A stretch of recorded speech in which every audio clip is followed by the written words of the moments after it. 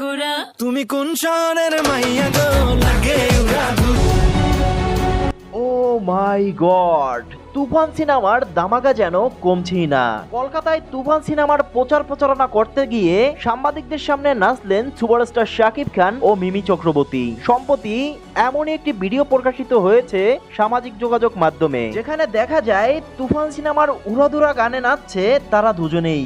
তুমি কোন শহরের মাইয়া গো লাগে উড়া ধুরা।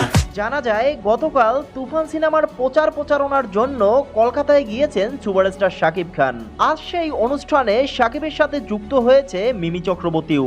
অনুষ্ঠানের ফাঁকে উড়াধুরা গানে নেচে সবাইকে অবাক করে দিয়েছে সুপারস্টার শাকিব খান ও মিমি চক্রবর্তী। অনুষ্ঠানে সুপারস্টার শাকিব খান ও মিমি চক্রবর্তীকে দুর্দান্ত লুকে দেখা গেছে।